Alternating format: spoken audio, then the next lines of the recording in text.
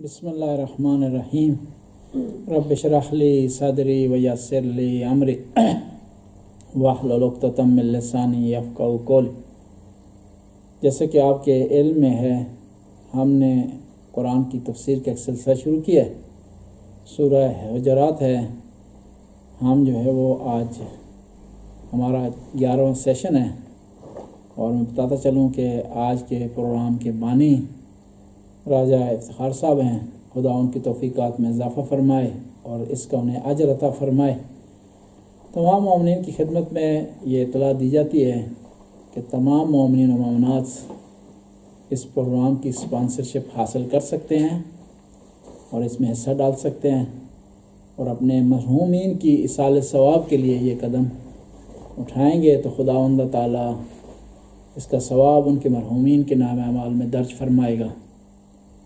سورہ حجرات ہے، آیت نمبر 6 ہے۔ بسم اللہ الرحمن الرحیم، ایک کچھ حصہ اس کا بیان کر چکے ہیں، اگلا حصہ ہم بیان کر رہے ہیں۔ بسم اللہ الرحمن الرحیم، یا ایھا الذین آمنوا ان جاءکم فاسق بنبأ فتبینوا ان تصیبوا قوما بجہالۃ فتصبحوا علی ما فعلتم نادمین۔ اے ایمان والو، جب آپ کے پاس کوئی فاسق آدمی کوئی خبر لے کر آئے تو خبر کی جانچ پڑتال کرو، کہ ایسا نہ ہو کہ تم جہالت کی بنیاد پر ایسا کام کر بیٹھو جس میں ندامت پائی جاتی ہو۔ اس سورہ میں کچھ پیغام ہیں۔ اے ایمان والو، خداوند تعالیٰ خطاب کر رہا ہے، ایمان والوں کو نصیحت کر رہا ہے، یعنی جو لوگ ایمان کے لیے تیار ہو گئے ہیں، یعنی ایمان کے راستے پر چل پڑے۔ اب سوال یہ پیدا ہو سکتا ہے کہ ایمان والے جب وہ ایمان والے ہیں تو پھر ان کو نصیحت کرنے کا کیا مطلب؟ وہ ایمان پر ہیں، وہ ہر چیز ان کی مکمل ہے؟ نہیں، ایمان پر ہونا اور ایمان کے درجات حاصل کرنا ایک علیحدہ مسئلہ۔ آسان سی مثال دوں گا آپ کو۔ ہم نماز پڑھتے ہیں تو نماز میں پڑھتے ہیں اہدنا الصراط المستقیم، دو ترجمے۔ ایک ترجمہ یہ کہ خدایا ہمیں سیدھا راستہ دکھا دے، دوسرا ترجمہ یہ ہے کہ خدایا ہمیں سیدھے راستے پر ثابت قدم رکھ۔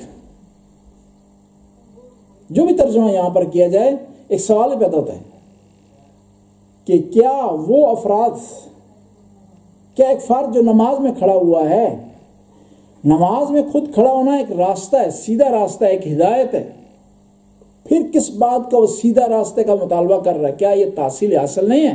جو چیز اس کو حاصل ہے اس کو دوبارہ مانگ رہا ہے، اور جو چیز پہلے آپ کے پاس موجود ہو اس کا آپ مطالبہ کریں تو عقلاء کے نزدیک غیر معقول ہے۔ جواب اس کا یہ ملے گا کہ ایمان کے درجات ہیں، ہدایت کے درجات ہیں، ایمان کے درجات ہیں۔ اب ایمان والے درجے پر فائز ہیں ایمان کے، لیکن ان کو مزید ترقی چاہیے۔ مزید ترقی اس میں یہ ہے کہ ان کے پاس جب کوئی خبر آ جائے تو اس کی جانچ پڑتال کریں۔ اور اسی آیت کو مبنا بنا کر کہا جاتا ہے کہ خبر واحد، ایک آدمی کی خبر حجت ہے بشرطے کہ راوی اس کا عدل ہو۔ اس آیت میں کچھ ہمیں پیغام ملتے ہیں۔ پہلا پیغام اس سے ملتا ہے کہ مومن جو ہوتے ہیں وہ تحقیق کرنے والے ہوتے ہیں، یعنی مومن بغیر کسی وجہ کے ایک خبر کو بغیر جانچ پڑتال کے اس کو قبول نہیں کر لیتے۔ حتی روایت، سخت تر روایت آئی ہیں، وہ افراد جو کہ بغیر جانچ پڑتال کے کسی خبر کو، کسی بات کو آگے پھیلا دیتے ہیں، وہ جھوٹے ہیں۔ شریعت بھی، عقل بھی، قانون بھی ہمیں کہتا ہے کہ جب آپ کے پاس کوئی آدمی خبر لے کر آتا ہے اس کی جانچ پڑتال کرے اور ایک طرفہ فیصلہ نہ کریں۔ اور اسی آیت سے پتہ چلتا ہے کہ پیغمبر کے جو صحابہ کرام تھے ان میں کچھ لوگ تھے جو عادل نہیں تھے، کیوں؟ قرآن کہہ رہا ہے اور ایک واقعے کی طرف اشارہ کر رہا ہے۔ ایک واقعہ حضور کی بارگاہ میں ہوا ہے اس کے مطابق قرآن نازل ہوا، یا ایھا الذین آمنوا ان جاءکم فاسق بنبأ فتبینوا، اے ایمان والو جب تمہارے پاس فاسق فاجر آدمی خبر لے کر آئے تو اس کی جانچ پڑتال کرو۔ اور یہ بھی یاد رکھا جائے کہ قرآن ٹھیک ہے صحابہ کرام کے درمیان نازل ہوا ہے، مکے اور مدینے میں نازل ہوا ہے، لیکن قرآن کا ایک مفہوم عام ہے جو مختص نہیں ہے مکہ اور مدینہ کے ساتھ، وہ تمام لوگوں کی ہدایت کے لیے۔ آسان سی مثال دوں گا قرآن کی، فَاسْأَلُوا أَهْلَ الذِّكْرِ إِن كُنتُمْ لَا تَعْلَمُونَ، اہل ذکر سے تم سوال کرو جب تم نہ جانتے ہو۔ شان نزول اس کا کیا ہے؟ مکہ کے کفار ہیں اور اہل کتاب۔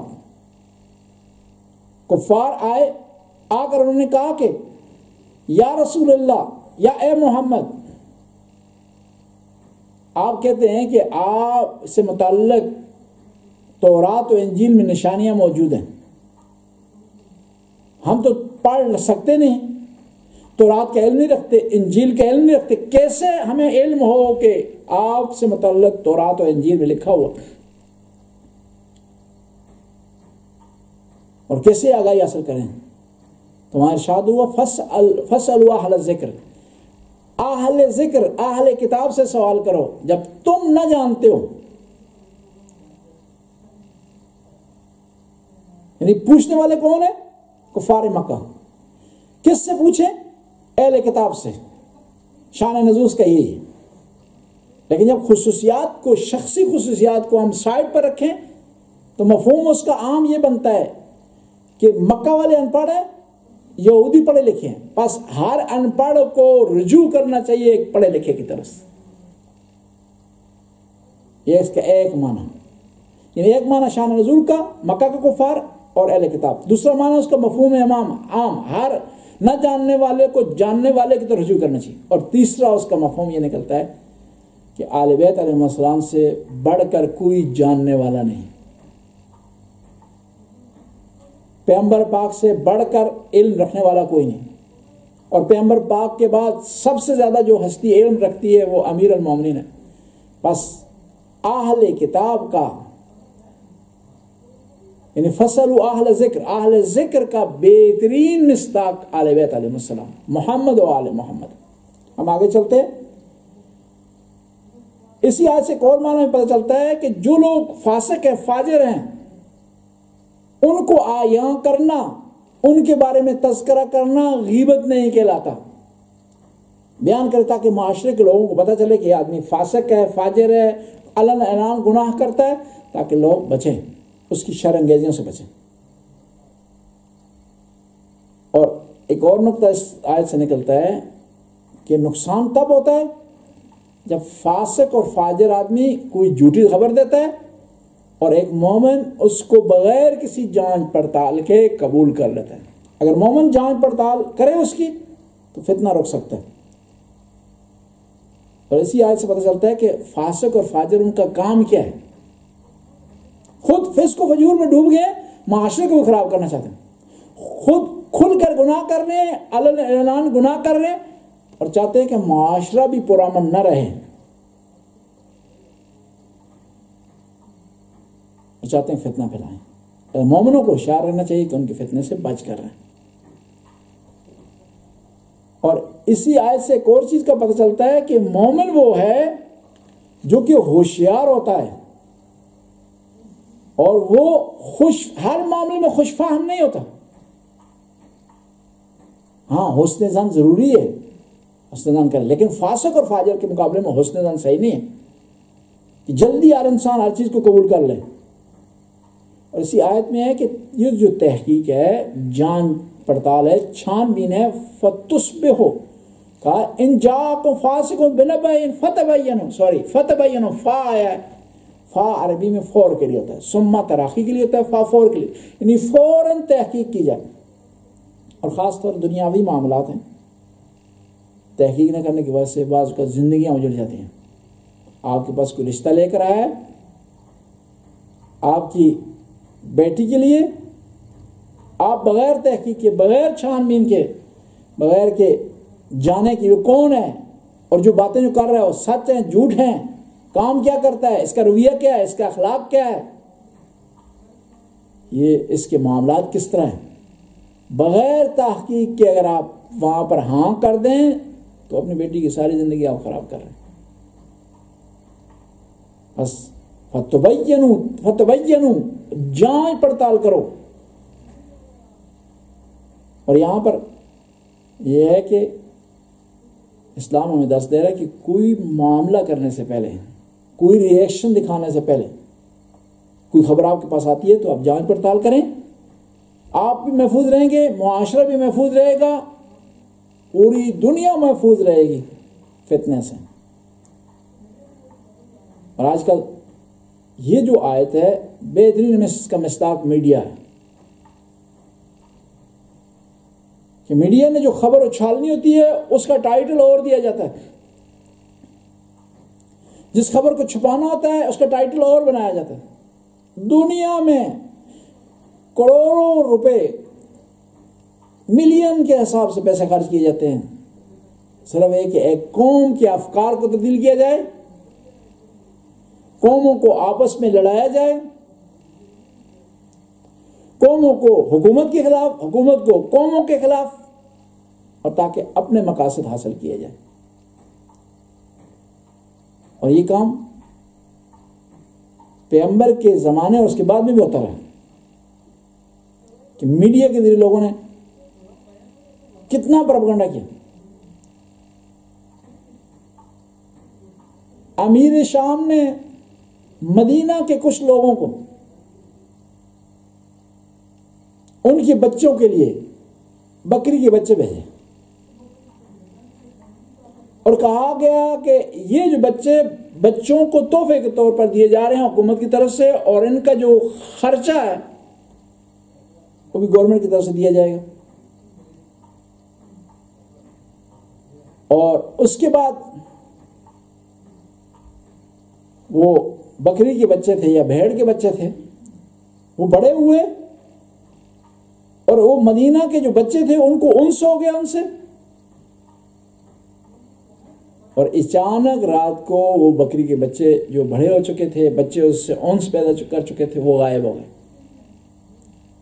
پروپیگنڈا کیا کیا گیا کہ یہ گورنمنٹ نے دیے تھے، امیر شام کی طرف سے بچوں کو تحفہ میں دیا تھا، کس نے چرائے ہیں؟